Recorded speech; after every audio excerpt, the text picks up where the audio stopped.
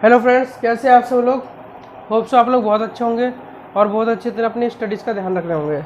So I am Madhusudan Pandey, जो मैं आपके साथ आज डिस्कस करने वाला हूँ accounting for not for profit organisation. ये पार्ट ए हमने कवर कर चुके हैं, जिसमें थ्योरी का पार्ट ज़्यादा था, और ये पार्ट बी है। ठीक है, ये पार्ट बी है। इसके अंदर मैं आपको बताने वाला हूँ receipt and payment accounts, income and expenditure account and balance sheet. तो इसके अंदर रिसिप्ट एंड पेमेंट अकाउंट से हम पहले शुरू करेंगे, फिर उसके बाद इनकम एंड एक्सपेंडिचर पे जाएंगे एंड उसके बाद हम बैलेंस शीट पे जाएंगे। Receipt and payment account for the year ending किसी भी पीरियड का हो सकता है, ईयर का हो सकता है, पीरियड का हो सकता है, मंथ का हो सकता है, वीक्स का हो सकता है। ठीक है, नॉर्मली जो क्वेश्चन में पूछा जाता है वो ईयर का पूछा जाता है। ठीक है, तो basically receipt and payment account में किस किस तरह के क्वेश्चन आते हैं। क्वेश्चन ऐसे आ सकते हैं, आपको ट्रायल बैलेंस दे देंगे, ट्रायल बैलेंस से बोलेंगे रिसिप्ट एंड पेमेंट अकाउंट बना के दिखाओ, या कोई डिटेल्स दे देंगे क्वेश्चन के अंदर पार्ट जिसके अंदर बहुत सारे ट्रांजेक्शन होंगे और बोलेंगे इससे रिसिप्ट एंड पेमेंट अकाउंट बना के दिखाओ, या आपको बैलेंस शीट दे देंगे या बोलें और इनकम एंड एक्सपेंडिचर दे देंगे और कुछ एडजस्टमेंट बोलेंगे कि इससे रिसिप्ट एंड पेमेंट अकाउंट बना के दिखाओ। ठीक है, तो डिफरेंट तरह के क्वेश्चन आते हैं रिसिप्ट एंड पेमेंट अकाउंट में। ठीक है, सबसे पहले एक डेबिट साइड होती है रिसिप्ट और एक क्रेडिट साइड होती है पेमेंट। देखो सिंपल सी चीज़ है, सबसे पहले रिसिप्ट को किसी भी तरह का रिसिप्ट हो, कोई सा भी रिसिप्ट हो, कभी का भी रिसिप्ट हो, किसी भी साल का रिसिप्ट हो, अगर पैसा आ रहा है तो इधर आएगा, अगर किसी भी साल का कैसा भी पेमेंट जा रहा है तो इधर आएगा। ठीक है, आपको ये नहीं देखना कि इस साल का है या किसी और साल का है। इनकम एंड एक्सपेंडिचर में आपको पार्टिकुलर पीरियड कवर करना होता है जिस पीरियड का आप बना रहे होते हो, but receipt and payment account में जिस पीरियड का भी बना रहे हो आप, उस पीरियड में जो भी आया है, चाहे किसी साल का भी पेमेंट आया वो इसमें दिखाना होता है। ठीक है, तो सबसे पहले balance BD cash in and cash in bank. ये क्या है, रिसिप्ट। रिसिप्ट में क्या है, जो पैसा आ गया है या जो आ चुका होगा या आएगा वो इधर आएगा। ठीक है, तो receipt balance BD cash in and cash in bank ये इधर क्यों आता है, ये बेसिकली इधर इसलिए आता है क्योंकि ये साइड क्या है, रिसिप्ट की साइड है। रिसिप्ट की साइड में क्या होता है कि जो पैसा या तो आ गया है या जो पैसा आएगा। तो ये जो बैलेंस बीडी है, ये जो पिछले साल का जो पैसा था वो आ चुका था, ये इसीलिए बैलेंस शीट में पड़ा हुआ था। हमारे जो हमारी बैलेंस शीट होती है उसमें इधर की साइड आता है कैश, इधर की साइड आता है बैंक। तो यहाँ पे पेमेंट पड़ा होता है, ये पेमेंट इधर की तरफ ले आता है रिसिप्ट एंड पेमेंट अकाउंट के अंदर, क्योंकि ये पैसा हमारे पास अभी अवेलेबल है तो इसको हम खर्चों के लिए यूज कर सकते हैं, इसीलिए रिसिप्ट एंड पेमेंट अकाउंट में ओपनिंग बैलेंस लिया जाता है। ठीक है, वैसे ही बैंक ओवरड्राफ्ट होता है। बैंक ओवरड्राफ्ट क्यों होता है, बैंक ओवरड्राफ्ट बेसिकली बैंक हमें फैसिलिटी देता है, जैसे कि मैंने यहाँ पे लिखा हुआ है 50,000 रुपये। बैंक से हम नॉर्मली परमिशन लेते हैं कि अगर हमारा टर्नओवर, अगर हमारी ट्रांजैक्शन अच्छी है तो बैंक क्या कहता है, अगर आपके पास बैलेंस बैंक में जीरो बैलेंस भी पड़ा हुआ है ना, तो आप 50,000 तक का चेक काट सकते हैं, 50,000 तक की बिल की पेमेंट कर सकते हैं। ठीक है, जो हम 50,000 बिल की पेमेंट करते हैं, पर वो बैंक में तो पैसा है नहीं हमारे। जब भी हम बैंक से पैसा यूज कर रहे हैं तो जो हम 50,000 तक की पेमेंट करते हैं उसको हमें बैंक को वापस करना होता है। तो एक तरह से बैंक हमें लोन देता है, उसको हम नाम दे देते हैं बैंक ओवरड्राफ्ट का। ठीक है फ्रेंड्स, तो यहाँ तक आपको बिल्कुल समझ आ गया होगा। ठीक है, ये ओपनिंग बैलेंस का मैंने खेल समझा दिया। ये पिछले साल का जो हमने पैसा ज़्यादा खर्च कर दिया था पर हमने अभी दिया नहीं, तो इसीलिए इधर की तरफ आ जाता है पेमेंट की तरफ कि हमें वो पेमेंट करना है। ठीक है, अब रिसिप्ट में क्या कहता है, डोनेशन, जो नॉर्मली डोनेशन लोगों से मिलती है एनजीओ को चलाने के लिए। ठीक है, सब्सक्रिप्शन, जो जैसे स्पोर्ट्स क्लब होता है, एकेडमीज होती है, तो वहाँ की क्या होता है, मंथली सब्सक्रिप्शन लेना होता है या ईयरली क्वार्टरली भी हो सकता है। ठीक है, तो सब्सक्रिप्शन ले वो उनकी इनकम होती है। Sales of newspapers sales of newspaper and waste papers. Newspaper क्या होता है, अगर आप मंथली मैगजीन है वहाँ पे नॉर्मली न्यूज़पेपर आते हैं। ठीक है, हर डेली का न्यूज़पेपर आते हैं। बहुत सारे स्कूल, अगर मान लो ये स्कूल है कोई, वहाँ पे बहुत सारे पेपर वेस्ट भी होते हैं, तो उस पेपर और वेस्ट पेपर को सेल करने के बाद जो इनकम होती है, अगर वो रिसिप्टोरियम है, मतलब रिसिप्ट मतलब कैश में या बैंक में पैसा आ रहा है, जब हमें इधर लेना है, यहाँ पे वही पैसा लेना है जो कैश या बैंक में आ रहा है या बैंक से जा रहा है इधर की तरफ। ठीक है, सेल्स ऑफ स्पोर्ट्स मटेरियल, अगर मान लो आप कोई स्पोर्ट्स क्लब हो तो वहाँ पे क्या होता है कि जो आपके स्टूडेंट्स होते हैं, जो आपके मेंबर्स होते हैं, उनका आपके स्पोर्ट्स मटेरियल सेल करते हो, तो वो वाली इनकम इधर आती है। जैसे फुटबॉल हो गया, बास्केटबॉल हो गए, तो वो छोटे छोटे सामान सेल करते हो जो उस नॉट एनपीओ से रिलेटेड सामान होते हैं वही आप सेल करते हो उधर, ठीक है। इंटरेस्ट ऑन फिक्स्ड डिपॉजिट, कभी कभार क्या होता है हमें ज़रूरत होती है 50 लाख की, पर हमें डोनेशन मिल जाता है 1 करोड़, ठीक है। या कुछ और भी सिनेरियो हो सकता है, हम कम खर्चा करते हैं तो उस साल क्या होता है हमारे पास पैसा बचा रह जाता है, उस पैसे को हमें कहीं इन्वेस्ट करना होता है। तो जब हम वो पैसे इन्वेस्ट कर देते हैं, देखो यहाँ पे इसने इन्वेस्ट करा, परचेज ऑफ फिक्स्ड एसेट्स खरीद लिया, मशीनरी खरीद लिया या इन्वेस्टमेंट कर दिया, ये वाला वो पॉइंट है, ठीक है। जब वो पैसा हम इन्वेस्ट कर देते हैं तो उस इन्वेस्टमेंट से हमें क्या मिलता है, इनकम, इंटरेस्ट मिलता है फिक्स्ड डिपॉजिट पे, इन्वेस्टमेंट पे हमें रेंट मिलते हैं या अदर इनकम मिलती है। अगर किसी को लोन दे दिया वो हमें लोन का इंटरेस्ट दे रहा है, या शेयर्स खरीद लेते हो तो हम उसका डिविडेंड मिलता है, तो ठीक है, तो उसका हमें इनकम मिलती है। अगर वो कैश या बैंक में मिल रही है तो रिसिप्ट की तरफ आएगा। लॉकर रेंट, स्कूल्स में क्या होता है, अखाड़े होते हैं, लाइब्रेरी होती है, वहाँ पे क्या होता है, लॉकर रेंट होते हैं, लॉकर उनको लेने के लिए आपको लॉकर रेंट पे करना होता है, वो इनकम आएगी। सेल ऑफ स्क्रैप, कोई सामान खराब हो गया, ठीक है, उसको सेल करना है, उस जैसे मान लो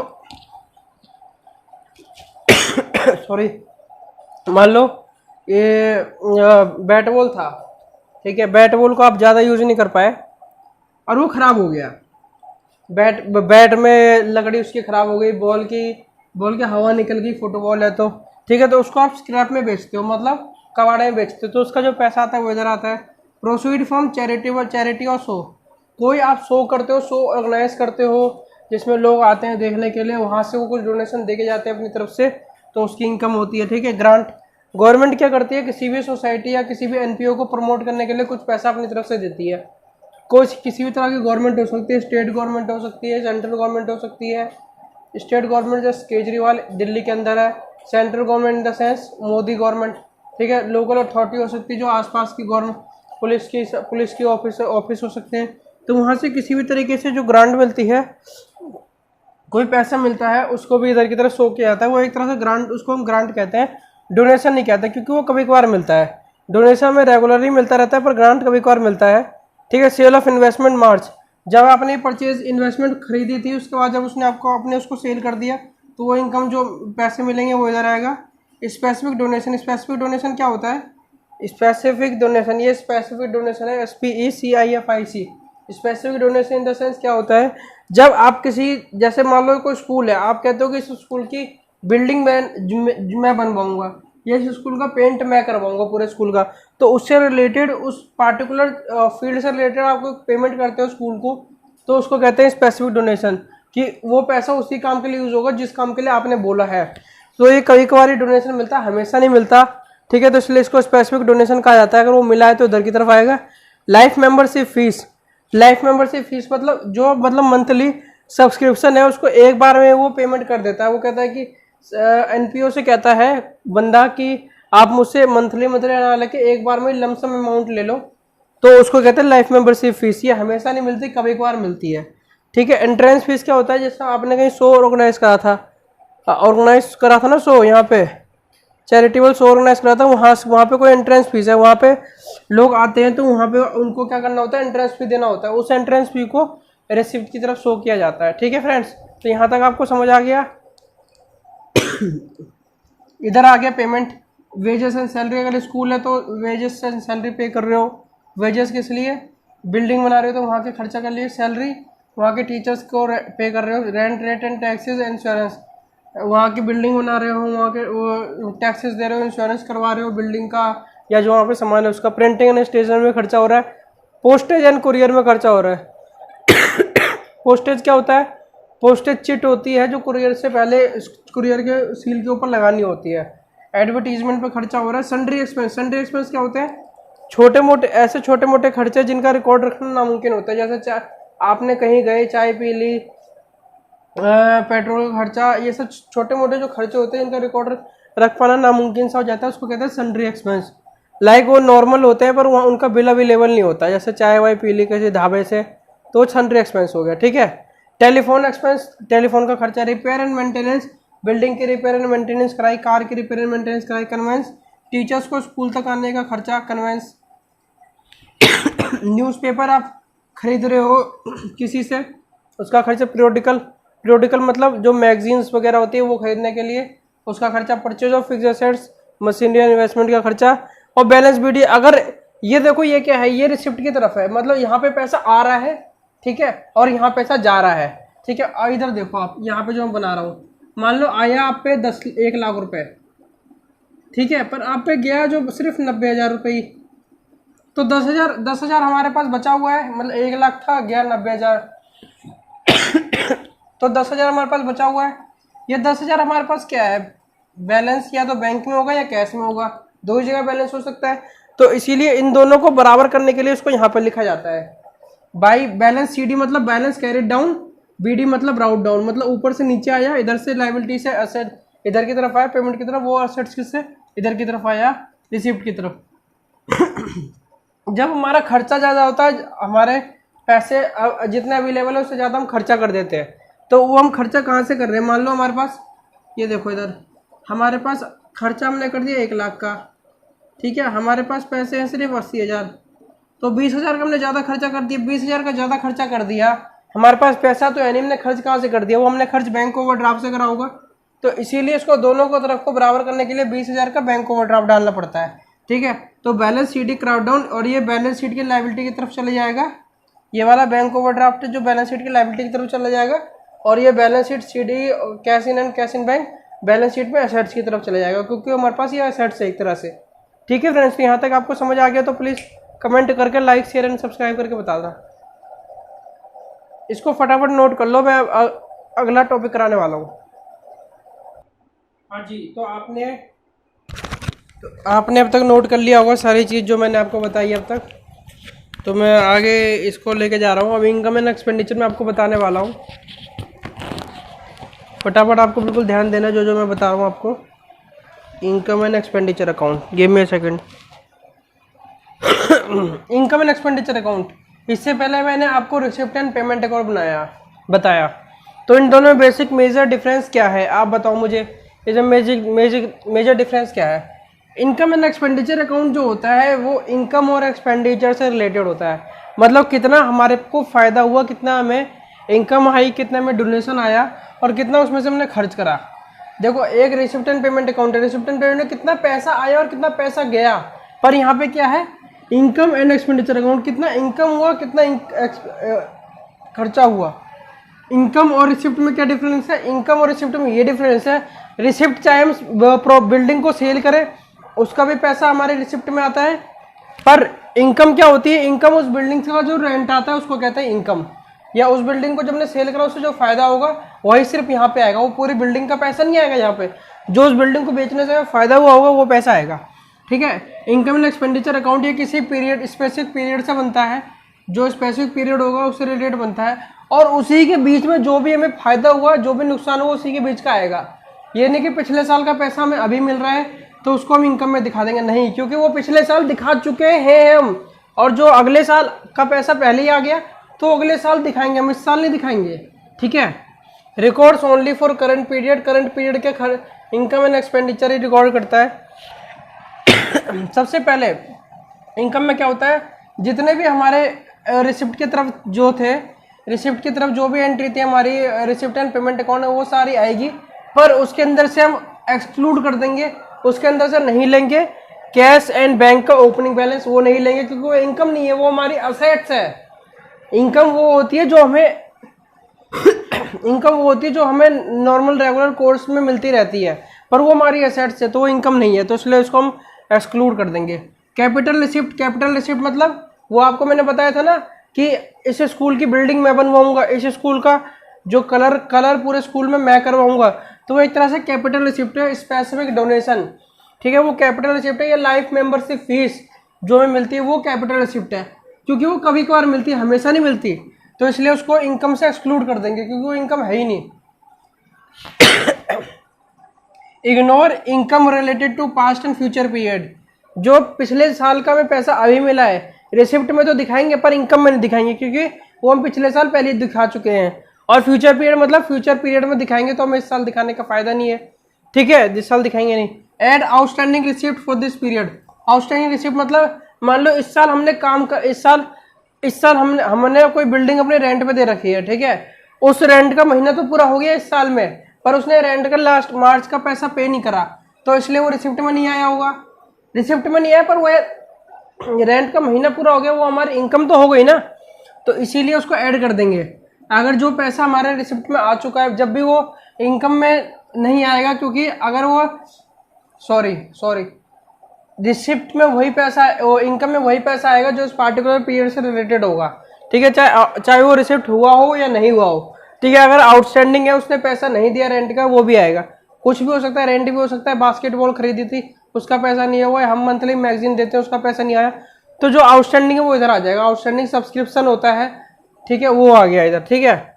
एक्सपेंडिचर पे आ जाओ। एक्सपेंडिचर में क्या है, all transaction in the payment account. जो हमारा पेमेंट अकाउंट इस तरफ होता है, रिसिप्ट एंड पेमेंट अकाउंट में इस तरफ पेमेंट अकाउंट होता है, जो भी ट्रांजेक्शन है पेमेंट अकाउंट में वो सारे आएंगे, बट कौन कौन से नहीं आएंगे, बैंक ओडी का ओपनिंग बैलेंस। बैंक ओडी का ओपनिंग बैलेंस वो हमारे को एक्सपेंस नहीं है, वो हमने जब एक्सेस पैसा यूज कर लिया था, तो बैंक एक तरह से हमारे बैंक के हमारे ऊपर लोन है बैंक का, वो हमारा खर्चा नहीं है, लोन है, तो इसलिए उसको यहाँ से हटा देंगे। कैपिटल पेमेंट, कैपिटल पेमेंट मतलब कोई परचेस के लिए हमने फिक्स एसेट्स, कोई बिल्डिंग खरीदी हमने, या किसी और चीज के लिए हमने पैसा दिया, कैपिटल रिसिप्ट, तो उसको हम यहाँ पे कैपिटल पेमेंट, तो उसको हम यहाँ पे दिखाएंगे, एक्सक्लूड कर देंगे, क्योंकि हमारे इनकम नहीं है, वो हम कभी कभार ही खर्च करते हैं, बिल्डिंग हम रोज रोज नहीं खरीदते, ठीक है। Ignore payment related to past and future period. पिछले साल का खर्चे का पेमेंट हम इस साल कर रहे हैं, या अगले साल आने वाले खर्चे का पेमेंट हम पहले कर रहे हैं, तो उसको इग्नोर कर देंगे, वो पिछले साल का हमने पिछले साल दिखा दिया होगा, और फ्यूचर वाले का हम फ्यूचर में दिखाएंगे। कंसिडर द फॉलोइंग आइटम, इन सब आइटम को कंसिडर करते हैं इसके अंदर। एक्सपेंडिचर के अंदर डेप्रिसिएशन हमारा रिसिप्ट एंड पेमेंट में नहीं आता, जब भी हम इधर दिखाते हैं, क्योंकि डेप्रिसिएशन के दिखाए बिना असेट्स पे डेप्रिसिएशन क्लेम नहीं कर पाएंगे हम, और उससे में हमारे जो हमारी profit and loss income expense बनेगा, बैलेंस शीट बनेगा, वो रिलायबल नहीं होगा, क्योंकि हमने डेप्रिसिएशन पे फिक्स्ड असेट्स पे डेप्रिसिएशन नहीं क्लेम करा हुआ, तो उसको यहाँ दिखाएंगे। प्रोविजन फॉर डाउटफुल डेब्ट्स, मान लो हमने किसी को मैगजीन बेची थी, फुटबॉल बेची थी, पर वो पैसा देने में असक्षम है, मतलब वो पैसा नहीं दे पा रहा, तो वो डाउटफुल डेब्ट है, उसके लिए प्रोविजन बनाएंगे हम, ठीक है। Profit and loss on sale of fixed assets, loss होगा तो इधर, प्रॉफिट होगा तो इधर, ठीक है। फिक्स्ड असेट्स वो मैंने बताया था ना, बिल्डिंग बेच दी, उसका पैसा आया, वो तो रिसिप्ट में आएगा, पर बिल्डिंग बेचने का जो फायदा हो या नुकसान होगा वही इधर आएगा, ठीक है। फायदा होगा तो इधर, नुकसान होगा तो इधर। Add outstanding payment for this period, कोई सैलरी है, कोई सब्सक्रिप्शन है, उसका पैसा दे देना चाहिए था, पर हम दे नहीं पाए, हमारे पास पैसा नहीं था, तो आउटस्टैंडिंग है वो, तो इसलिए उसका पेमेंट, इसका डिटेल यहाँ पे आएगा। सॉरी, तो पूरा पर्पस क्या सॉल्व हुआ, रिसिप्ट एंड पेमेंट अकाउंट में कहीं का भी पैसा हो, कैसा भी पैसा हो, अगर आ रहा है तो रिसिप्ट में, जा रहा है तो पेमेंट में, चाहे कभी का भी कुछ भी हो।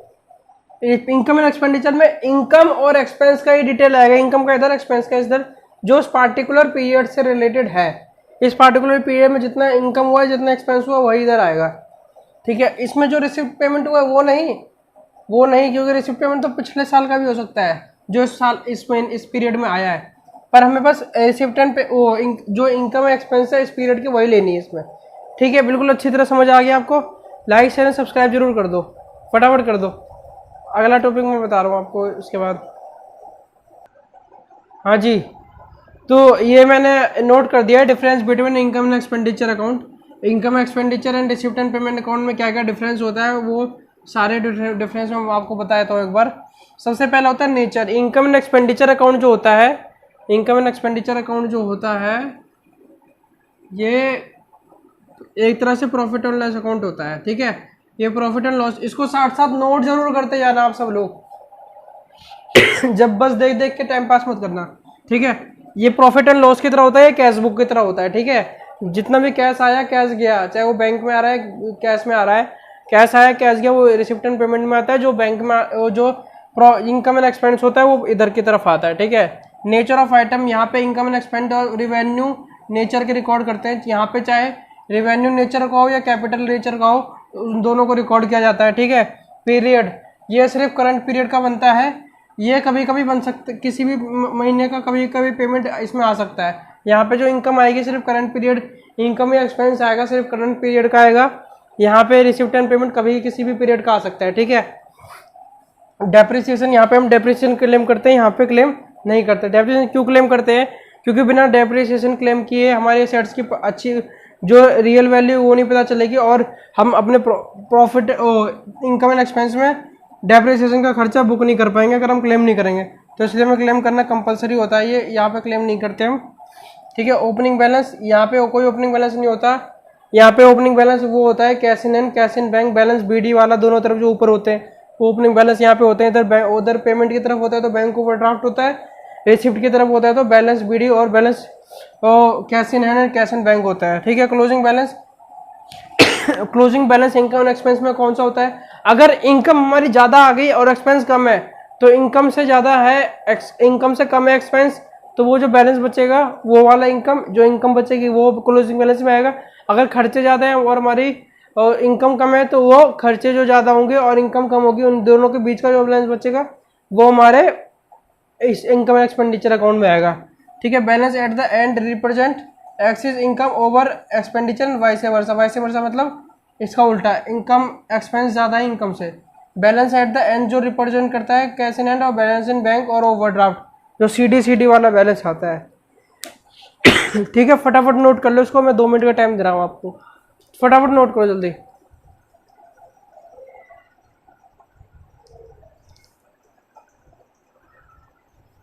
जब नोट हो जाए तो बता देना मुझे।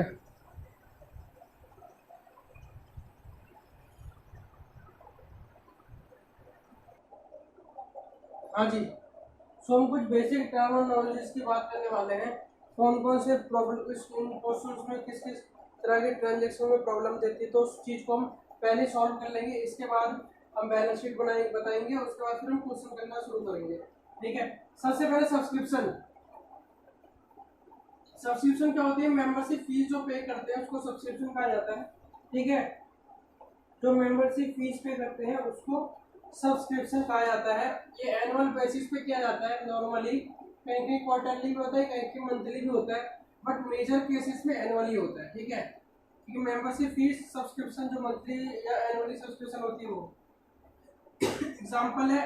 अब इसमें जो देखो एग्जांपल, एक क्लब ने रिसीव किए 20,000 सब्सक्रिप्शन के पैसे 2016-17 में, amount receive during the year 2016 and 17, कितने रुपए मिले, 20,000 रुपए उसको मिले, ठीक है। इट इंक्लूड्स 3,000 फॉर 2015-16, हम 2016 और 17 का सब्सक्रिप्शन का इनकम निकाल रहे हैं, इनकम हम निकाल रहे हैं 2016-17 का, ठीक है। ये तो हमारे ये रिसिप्ट एंड पेमेंट अकाउंट में आया होगा, ये वाला payment receipt and payment account में आ गया होगा, ठीक है। अब हमें इससे निकालना है कि हम इनकम एंड एक्सपेंडिचर में कितना ले जाएंगे सब्सक्रिप्शन का amount receive during the year 2016-17, और इसमें से 2015-16 का इंक्लूड है 3,000 रुपए लेस अमाउंट रिसीव